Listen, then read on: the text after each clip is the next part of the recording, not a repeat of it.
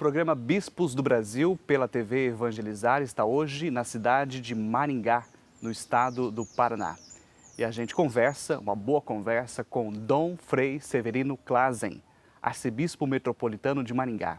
Ele é da Ordem dos Franciscanos Menores e nos recebe hoje aqui nesse ambiente agradável, bem franciscano, bonito, verde, natureza. Dom Severino, muito obrigado por aceitar o convite e estar conosco na TV Evangelizar. A alegria é minha, Everton, de poder prestar esse serviço junto à TV Evangelizar e trazer um pouco da minha experiência, da minha alegria de poder servir ao povo de Deus nesta igreja de Maringá. Né? O senhor assumiu o governo da Arquidiocese de Maringá em agosto de 2020, deixando o Caçador. Mudar faz bem? Toda mudança exige uma ruptura, exige deixar e assumir. Quando somos mais novos, as mudanças parecem que elas são mais fortes, elas são violentas, porque nós criamos um costume, uma cultura, um jeito, um modo próprio de ser e achamos que só isso vai nos fazer feliz. E na medida que nós vamos fazendo experiência na vida, nós também criamos e crescemos numa intimidade com Deus. E nessa intimidade nós percebemos que somos passageiros neste mundo. E aí com isso as mudanças elas não se tornam, vamos dizer, dramáticas, elas não se tornam complicadas, porque nós não deixamos, nós não nos afastamos, nós não nos distanciamos de Deus. Pelo contrário, nos aproximamos mais. Isso traz, eu diria, uma certa leveza, traz uma firmeza, alegria de viver. Né? Dom Severino, quantos anos o senhor tem? Estou com aquela idade que se São Pedro bobear, eu tô ferrado, né? Porque se São Pedro olha de cima dá 99, mas a minha idade é 66, né?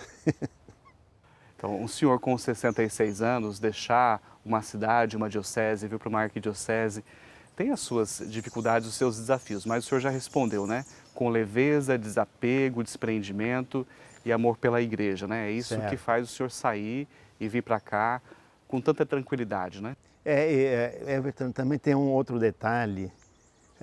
Nós, o bispo, o padre, o leigo, o cristão leigo, a cristã leiga, nunca estão sós. Sempre estão cercados. A nossa vida é uma vida de relação.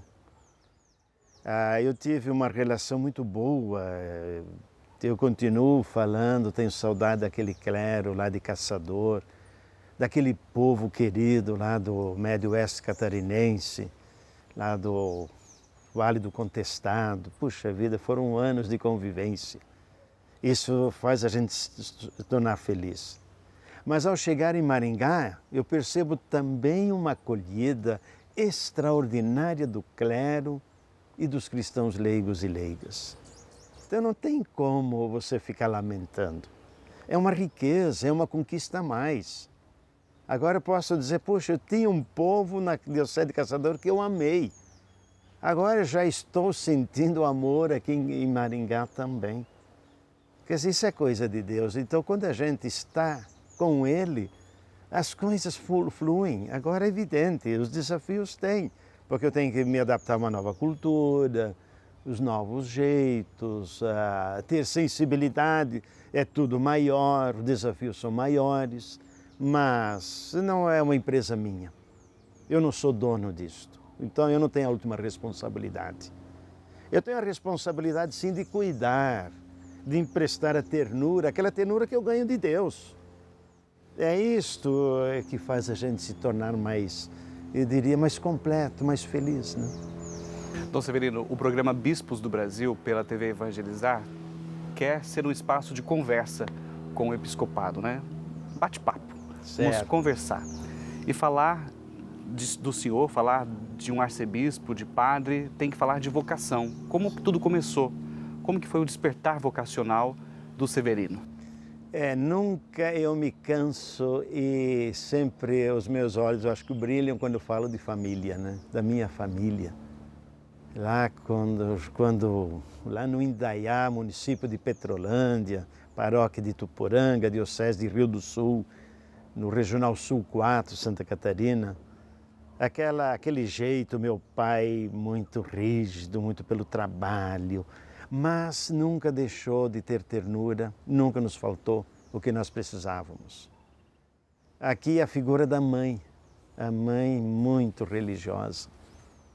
Até quando ela nos visitava, quando morava em São Paulo e outros lugares, e mostrava uma igreja lá, a mamãe ia lá, se ajoelhava, dizia: mãe, está na hora de ir, porque a mãe sempre tem muito, não tem tempo, a oração.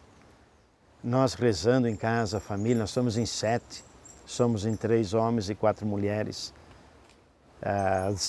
Nós, os 3 mais velhos, somos religiosos, os outros 4 casados, têm seus filhos, agora eu tenho neto, sobrinho. É maravilhoso ver, ainda ontem, conversando com uma sobrinha, preocupado se está tudo bem aqui com o tio. É gostoso isso, essa família. Então é dentro desse clima, um clima de Deus. É ali que nasceu a minha vocação. Eu acho que Deus viu, não, pode pegar, tem 7 ali, 3 podem se dedicar ao meu reino. E eu sinto sempre a família dando todo esse apoio. Por exemplo, quando eu estava no seminário, nós em 7 estávamos 5 no convento. As 2 irmãs mais velhas e eu mais os meus 2 irmãos. Nós estávamos 3 irmãos no seminário, né, em Agudos, lá. E nossa, se tivesse continuado os 2, nós seríamos 5 religiosos e as 2 outras manas casadas. Alguém tinha que ficar para dar continuidade à geração, né? Aí, de repente, uma noite, diz o Dionísio, meu irmão mais novo, tem uma reunião. Aí o Albercino, outro meu irmão também, que está um ano depois de mim, e o Dionísio é o segundo mais novo da família, né? E aí diz o Dionísio, estou falando, acho que vocês não vão gostar, mas o ano que vem eu não volto mais para o seminário. Aí o Albercino diz, eu estou na mesma. Também não volto mais. E eu era o último ano de ir para o noviciado. E aí eu disse, e eu vou para o noviciado. Pronto, acabou a reunião. Assunto encerrado. Assunto encerrado, eu fui adiante e eles também, a gente sempre teve essa ainda hoje, a gente tem essa amizade, né? Juntamente com as 2 manas, aliás, as 2 manas mais novas, a Sirene e a Gema, elas, nossa, o pai, aquele rigor, dar conta do serviço, sustentar os manos no seminário, enquanto que a Nivalda e a Teobaldina já estavam no convento também, né? Então é uma família, praticamente a nossa casa era um convento sempre, né? Da presença. E sempre esse apoio deles, a alegria quando a gente chegava em casa, as férias, né? Mas também a alegria de estar de férias em casa, em pouco tempo a gente já tinha saudade de voltar para o seminário. E uma escolha livre, né? Uma escolha livre. Com liberdade. Sim. Aliás, até para eu entrar no seminário, a minha mãe me colocou na parede, né? E eu sempre falava, já com 10 anos eu queria ir para o seminário. E a mãe disse, não, tu é muito novo. E ela está com 12 anos, aí diz ela, tu nem coroinha e como tu quer ir para o seminário? Puxa vida, agora a coisa pegou. E aí eu tenho que ser coroinha. Mas só já que tinha na um época, sentimento forte no coração, né? sim, sim. Só que na época ainda a missa era em latim, de costa, né? E o coroinha tinha que fazer as coisas daquele jeito, né? E aí não tem outro jeito. Aí me preparei, ajeitei 2 missas ainda. Daí chegou 68, daí fui para o seminário. Aí também com isso foi abolido a missa, né? Dom Severino, como é que surge a congregação, a Ordem dos Franciscanos Menores? Uma bela pergunta. Paixão de alguém que se coloca totalmente na vida do seguimento de Jesus Cristo. Aquele Francisco, do filho do Pedro Bernardone e da dona Pica, lá naquela pequena cidadezinha da Itália chamada Assis, este Francesco, inquieto, aquele jovem do filho de um dos comerciantes da cidade que tinha maiores poderes aquisitivos da cidade, tanto é que ele ia comprar os tecidos na França e aí foi lá que ele achou a esposa dele, né? E essa inquietação deste jovem Francisco, ele começa a deixar Deus falar no coração dele. E ele começa a buscar respostas. Até que um dia, numa missa, o padre explicando o evangelho do seguimento, ele sai da igreja, pede primeiro explicação ao padre. Aí ele sai da igreja, daquela pequena capelinha, e sai gritando, dizendo: é isso que eu quero, é isso que eu procuro, é isso que eu vou fazer de todo o coração. Francisco se entrega à meditação, à escuta da palavra de Deus. Muitos o chamaram de louco, de doido. O pai dele ficou apavorado porque perdeu um grande aliado para os negócios. Mas Francisco, cada vez mais apaixonado por Jesus Cristo. Este apaixonamento por Jesus Cristo, Francisco começa a viver com mais integralidade a vida eclesial, vida de igreja, a unidade com a igreja. E ele percebia que havia muita coisa também que podia ser melhor na igreja, que precisaria se cuidar mais dos templos, as igrejas têm que ter mais asseio, mais cuidado, precisaria ter mais respeito às coisas sagradas. Ele, com esse gesto, começa a atrair. As pessoas começam, os jovens da idade dele, olha, eu quero também viver como você. O poder da atração, né? É o poder da atração e a adesão. Francisco tem isso muito forte, né? Exatamente. E é aqui que está. Quanto mais você se deixa encher de um espírito bom, mais também você atrai. As pessoas se sentem bem. É assim que nasceu a ordem dos frades menores. Pela simplicidade, pela convicção, pela adesão profunda do Evangelho, mas numa vida intensa de oração. A gente chama Ordem dos Frades ou dos Franciscanos? Ordem dos Frades Menores, né? São os franciscanos, mas é a Ordem dos Frades Menores. Frade porque é irmão. Ele queria uma ordem de irmãos. Francisco não aspirava a ser padre. Ele achava isso, para ele, é demais para ele ser padre. E por que menores? Menores, porque ele não quer cargos. Aí que está. Por exemplo, eu estou arcebispo. Não era o que Francisco queria. Que os irmãos não fossem nem padres. Ele aceitou ser diácono, se tornou diácono, para poder pregar nas igrejas. Mas também Francisco tinha essa consciência. Nós servimos a Deus numa igreja. E se a igreja precisa, vamos então servir. Tanto é que aí um dos grandes... Quem não conhece Santo Antônio? Santo Antônio era um padre agostiniano. E ele quis ser frade.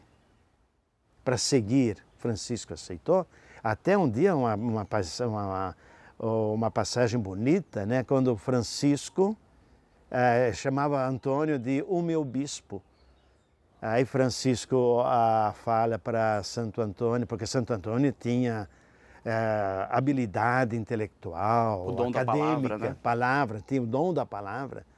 Aí São Francisco chega a Antônio e diz: olha, o meu bispo, eu tanto gostaria que ensinasse a Sagrada Escritura, a Santa Teologia para os meus irmãos. Contanto, olha a sutileza de um santo, contanto não perca a firmeza, a santa devoção. Quer dizer, não é para a intelectualidade tomar conta, mas sempre voltar ao humilde, humus. É ali que vem o menor. O menor vem da humildade, da simplicidade. O franciscano tem que ser alguém simples, humilde. Ordem dos Frades Menores é hoje uma das maiores congregações católicas do mundo? Olha, é uma das grandes. O franciscanismo, a Ordem dos Frades Menores, ela tem uma resposta, tem uma presença muito grande no mundo. Nós percebemos, por exemplo, crescendo muitas vocações na África, sobretudo outras congregações também, né? Quer dizer, Francisco, ele adotou quem para ser o advogado da ordem? O Espírito Santo. Que o Espírito Santo sempre ilumine a igreja, sempre ilumine os frades, né? E daí a congregação é dividida por províncias? É assim Sim, que essa é funciona? a organização, né? A ordem geral tem um ministro geral que coordena é tipo o Papa, né, para a igreja toda, né? E agora aí nós temos as províncias, como nós temos os estados num país, né? E cada província tem seu ministro provincial, que nós chamamos de ministro, né? Ministro é aquele que serve, que está a serviço. Tem o seu definitório, que são os frades, tipo conselho. E aí temos todas as organizações, das pastorais, da formação, a evangelização, da comunicação. E Dom Severino vem de qual província? Eu venho da província da Imaculada Conceição do Brasil, que é a província de São Paulo, que pega a sede em São Paulo e que atinge desde o Espírito Santo até Santa Catarina, né? Nessa a ordem dos frades menores, né? Como nós sabemos, a formação de um padre diocesano é diferente de um padre religioso, de congregação. Qual que é a essência dessa diferença no caso dos franciscanos? Existe, para o sacerdócio, ela tem que ter o mesmo currículo, né? A mesma grade. O frade, mas nós temos acréscimo aqui, nós temos, por exemplo, o postulantado talvez seria aquilo que nós temos aqui, o propedêutico, né? Mas aí nós temos o noviciado, o ano, vamos dizer, um ano de retiro, onde que nós recebemos o nome de frei, né? De irmão, onde recebe o primeiro hábito também, né? Um ano de retiro. É um ano, só quem fez para saber o que é. É um ano que nós somos testados, mas de uma maneira muito humana, eu gostei muito do noviciado. A gente percebe, todos os frades, mesmo que tiveram dificuldade, mas adoram voltar e ver o noviciado, porque marca, registra. Então ali que é impresso num jovem a espiritualidade franciscana, porque se lê muito, se reza muito e se estuda o carisma franciscano. Então aqui que tem uma grande diferença. Nós aprofundamos uma espiritualidade, um jeito de rezar, de ser, de olhar para Deus, aquele jeito... O frade é muito simples, né? Ele se adapta à natureza e talvez por isso que eu sempre digo que eu sou franciscano por convicção. Que bom. O senhor estava tranquilo lá na congregação, de repente vem o Papa e nomeia o senhor bispo. Qual Papa que nomeou o senhor bispo? Pois é, foi o Bento XVI. Eu acho que eu fui equivocadamente chamado porque tenho o sobrenome de alemão. Mas o Bento XVI, até diz o núncio, que era o Lourenço Baldisseri, tem que ser você, tem que ser bispo, e é o primeiro do Bento XVI. No Brasil? Não, ele disse que era o primeiro no mundo, né? Porque foi logo na seguida, a semana depois que ele tomou posse, né? E aí já me chamou e aí começou tudo por aí. É marcante isso, né? Sim, aí depois eu senti que ele tinha esse gosto também de estar junto. Aliás, eu peguei uma amizade muito boa com ele, né? E depois na posse, quando eu vim, a transferência de Araçuaí para Caçador, ele veio na minha posse também. Quer dizer, mostrou esse gesto, esse carinho. Dom Lourenço Baldisseri, né? Sim, exatamente. E então foi ele, né? Então foi o Bento que trouxe isso, né? E aí depois nós tivemos também uma reunião com os bispos franciscanos da Ordem dos Menores, né, em Roma, e o ministro, o secretário da Ordem, deixou bem claro: vocês, por serem bispos, não estão desligados da Ordem. Vocês pertencem à Ordem. A Ordem empresta vocês para um serviço periódico numa igreja, uma diocese. Por exemplo, depois, quando terminar os 75, quando chegar aos 75 anos, ainda a minha convicção é voltar para a província, né? Para continuar a minha vida junto com os meus irmãos, né? Enquanto isso eu estou servindo, mas de vez em quando, tanto é que na minha posse aqui em Maringá, olha a minha alegria de ter a presença do Frei César Kilcam, que é o ministro provincial, o Frei Fidêncio, que foi meu ministro provincial anterior, né? E aí o Frei Mário, com quem eu tanto trabalhei sempre em São Paulo, foi ecônomo da província, e dois meninos que ordenei, né? O Frei Wando e também o Frei Alex, né? Que que ordenei sacerdote, né, como franciscano. Por isso que o senhor faz questão de ser chamado de Dom Frei Severino, né? Exato. Esse Frei não me tira não, tá? Se prefiro tirar o dom, mas não Frei, porque essa é a minha primeira escolha. O programa Bispos do Brasil está hoje na cidade de Maringá, conversando com o arcebispo metropolitano de Maringá, Dom Frei Severino Clasen, da Ordem dos Frades Menores. Nós vamos fazer um breve intervalo, já a gente volta.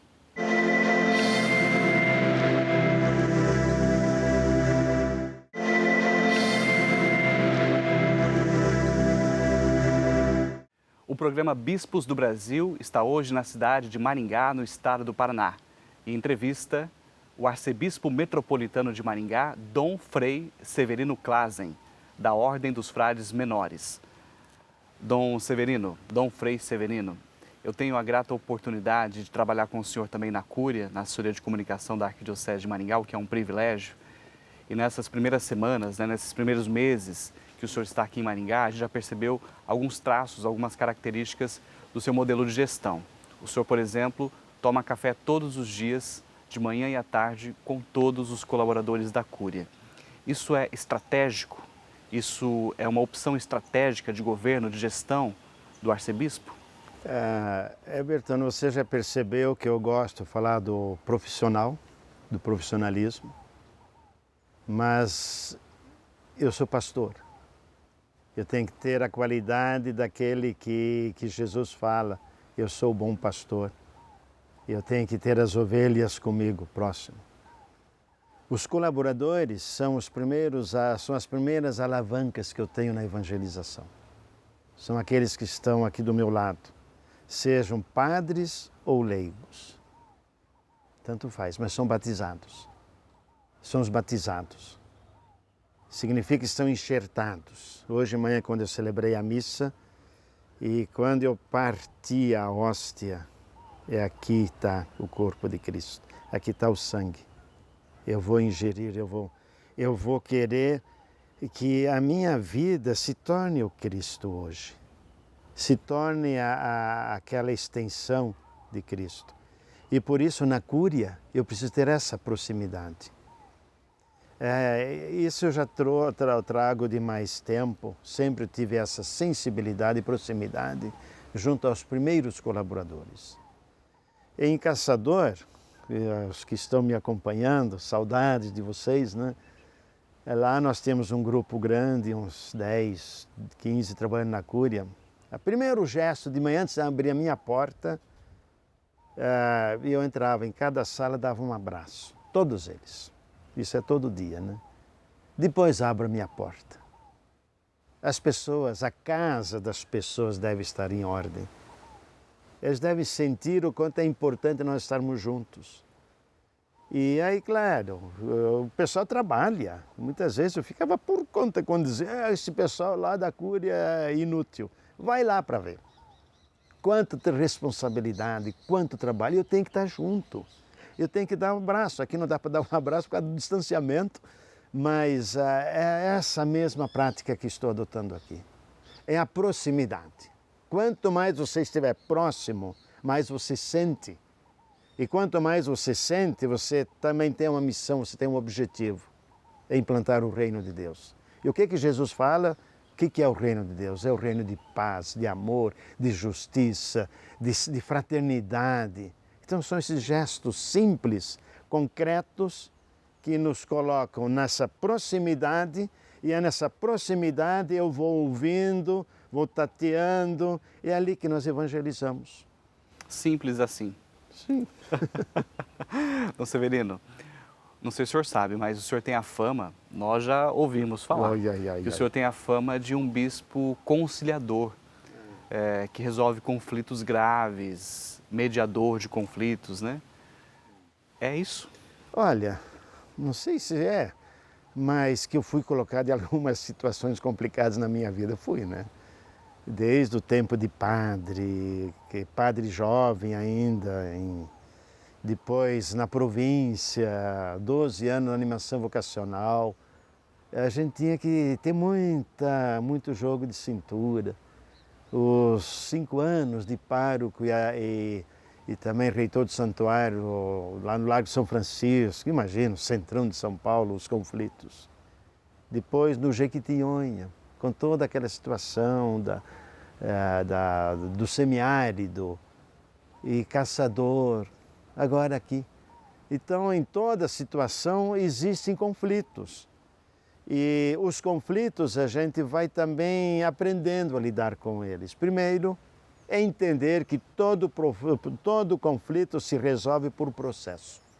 É ouvir, é não tomar decisões precipitadas. Às vezes, um dia você vai dormir, talvez nem consiga dormir porque o conflito está latejando na tua cabeça, mas sabe que outro dia é outro dia. Outro dia é outro dia. E assim, eu não sei se algum grande conflito eu deixei de resolver, que se encaminhou, que se resolveu.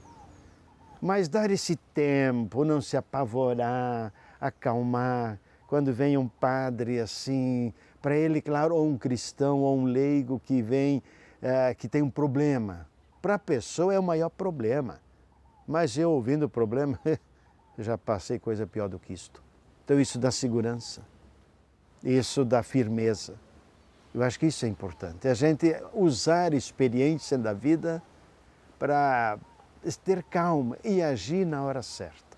Essa habilidade, esse dom de mediar conflitos, resolver crises, ela tem um fundamento espiritual? O senhor Sem dúvida. Foca na oração Sim. diante de uma crise? Sim. A oração é tudo. Como é que o senhor reza? O meu jeito.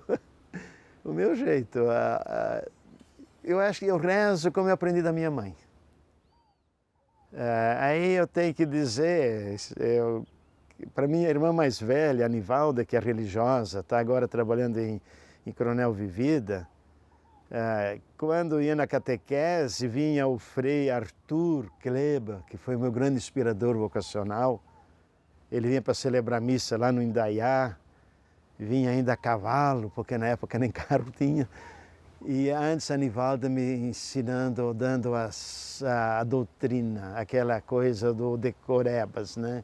Quem é Deus? Deus é o Espírito perfeitíssimo, Criador do céu e da terra. Então, é ali que eu aprendi existe uma força que tem que ter. E essa oração simples eu aprendi da minha família. Hoje eu tenho os meus momentos, por exemplo, de manhã. Eu tenho que ter, vão muitos minutos, né? Onde que eu faço as laudes, olho a leitura, celebro. É o meu momento. É o meu momento. Eu me sinto tão bem. E depois eu vou lá, a Solange já com aquele cafezinho gostoso, né? Então não tem crise, a gente se coloca diante de Deus. Aí você já percebeu que na cura normalmente eu saio às 5 e eu tenho ali pelo menos 1h30 de caminhada ou de oração. É meu momento mariano. Dom Severino, o senhor tem falado muito na igreja pós-pandemia e a gente espera, né? A gente crê que esse momento vai passar rápido. Estamos em oração por isso. E o senhor fala muito, exaustivamente, dos processos de comunicação que a igreja precisa usar, recorrer. E o senhor usa desses meios, é visível, né? Na vida pastoral do senhor, o senhor recorre a esses recursos. Mas há setores da igreja que ainda resistem? Qual que é a avaliação do senhor? Porque ainda vive muito é um pouco simples demais. Falta um pouco de visão, como que acontece a estratégia da evangelização. Jesus usa aquela expressão quando ele cobra que os discípulos sejam os anunciadores do reino. Ele até usa a expressão, vocês têm que publicar a verdade por cima dos telhados. Talvez ele já na época já previa rádio, TV. Hoje o YouTube, o Face, sei lá, tantos instrumentos que existem. Nós temos que saber utilizá-los. E como que nós vamos utilizar? Como que dá liga? Aqui volta a pergunta antes que você fez, como que você reza? A oração, ela precisa dar um caráter de espírito, daquilo que você não consegue explicar. Eu não sei dizer para você, Everton, como que eu rezo, mas eu sinto como eu rezo. Isso eu tenho que comunicar. Como que eu vou comunicar? Não ficar dizendo, olha, eu rezo. Não. Eu tenho que comunicar através dos trabalhos, das pastorais, das celebrações, de todo o know-how de evangelização que existe, nós precisamos usar. E se nós não usamos os meios de comunicação, outros usam. Então nós precisamos ocupar o espaço. E, mas não estou contente, então traga proposta. Eu sempre digo, a melhor ideia é a minha. Agora, se você me trouxer uma melhor, eu já cedo a minha para ficar com a sua que é melhor. Então é preciso sempre olhar e valorizar. Quanto mais a gente usa, mais nós estamos divulgando, mais a gente abafa as fofocas. As fofocas, as fake news existem porque nós nos omitimos. Porque a verdade não está sendo anunciada. Então aí entra a mentira. E como é triste, como é decepcionante as pessoas ficarem rotulando mentiras. Como que se a mentira fosse verdade. Então os meios de comunicação, por isso aqui em Maringá, eu quero mais.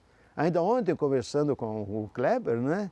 O Kleber, você entendeu quando eu te falei outro dia, eu quero mais? E vou começar eu quero mais. Eu quero mais nas comunicações. É onde que nós precisamos ter um impacto.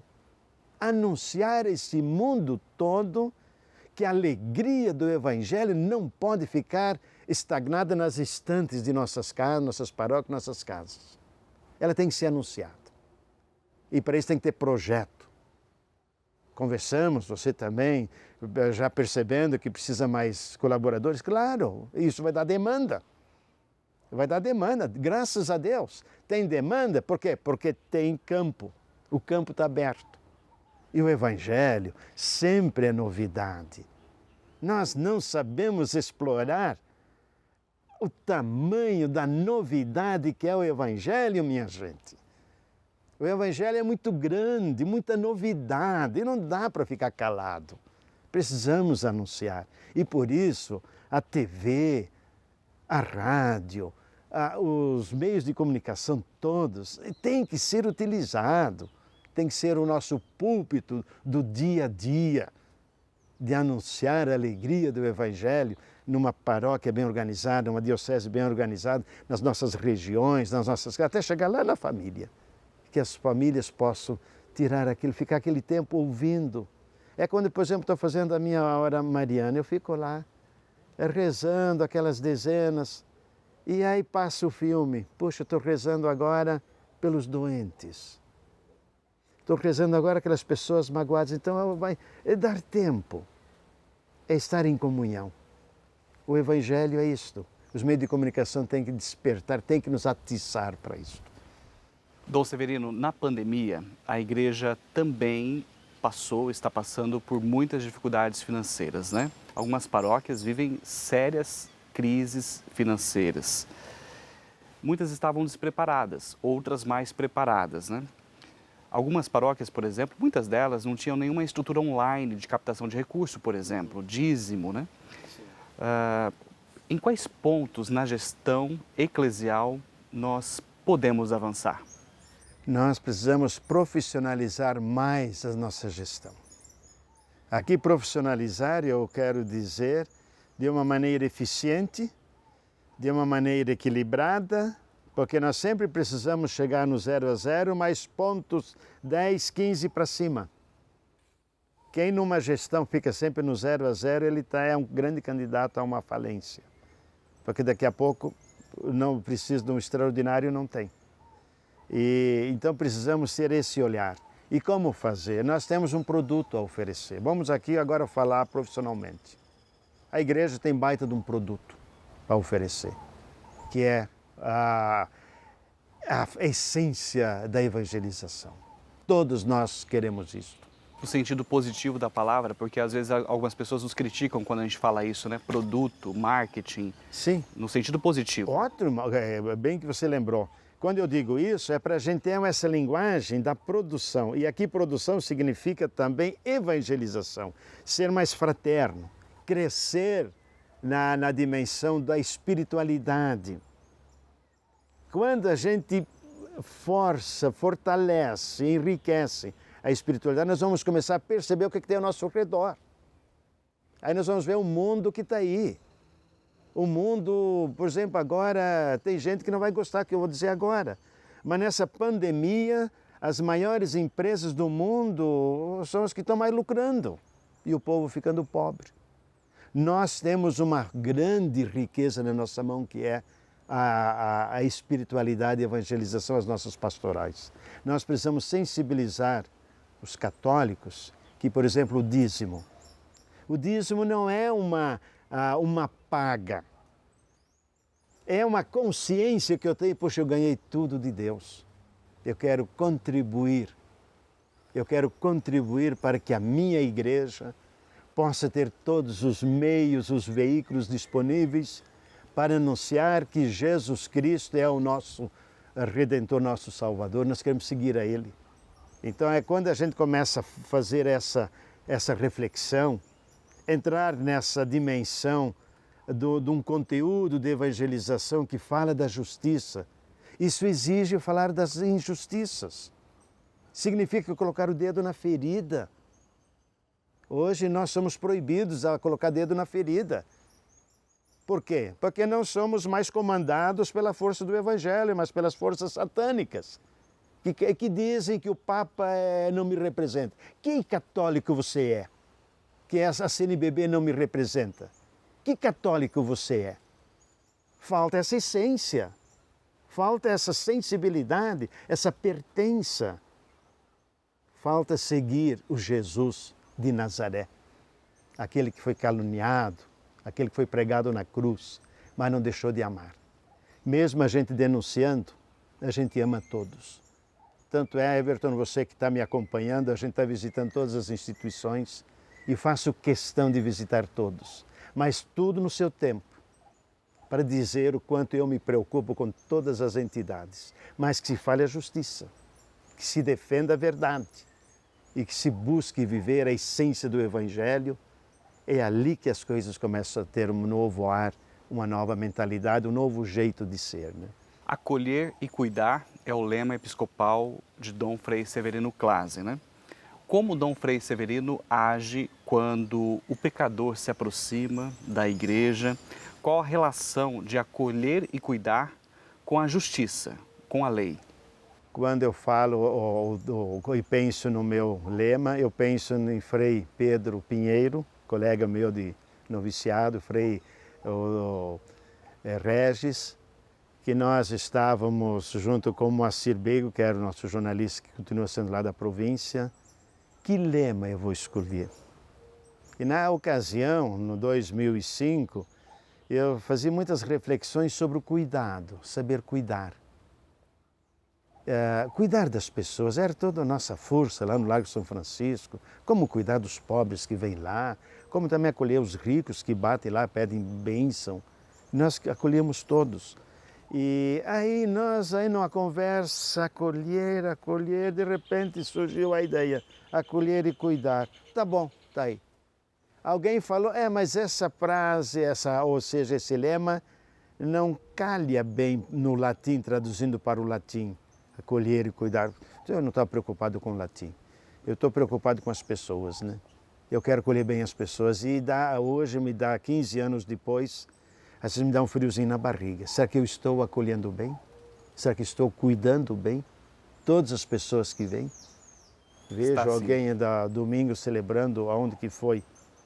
Uma missa que eu estava celebrando, domingo à noite, numa das nossas paróquias, estava o irmão lá deitado e meio bêbado. E aí eu pensei, quero ver a reação, mas deixa ele lá.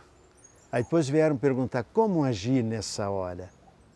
Aí eu disse, não, se ele não está atrapalhando, deixa. Ele estava deitado lá, deixa lá, não se preocupe. Ele, do jeito dele, está participando da missa. Se entende ou não, mas ele está lá. Não está atrapalhando. Agora, eu falei, se você tira ele à força daí, você vai ter a metade da igreja a favor e outra metade contra. Deixa lá. Agora, se começa a atrapalhar, aí vamos ver qual é a habilidade do diálogo para convencer que... Mais ou menos que um dia eu também estava celebrando, chegou alguém falando, me interrompendo toda hora. Daí de repente eu disse, Zé, dá uma segurada aí que depois o padre vai te dar um prato de comida. Aí ficou quieto e eu esqueci. E chegou no fim, ele, ô seu bispo, onde está a comida? Eu, padre, então vai lá e busca comida. E pronto, resolveu. Saiu satisfeito, não deu trabalho, não deu problema. Então a gente tem que saber conviver nesses momentos. Isso é acolher e cuidar daqueles que a gente acolhe, né? Dom Severino, é uma delícia, muito bom, prazeroso ouvir o senhor. Eu fico até emocionado, me emocionei agora no final, nessa situação que o senhor relata aqui. Eu quero agradecer de coração a sua presença aqui na TV Evangelizar, nesse projeto, nesse programa Bispos do Brasil, que tem essa intenção de se aproximar do episcopado também e que o episcopado sinta-se em casa, né? Numa TV católica, o Brasil inteiro nos acompanhando. Essa é a nossa proposta. Sua mensagem final, por favor.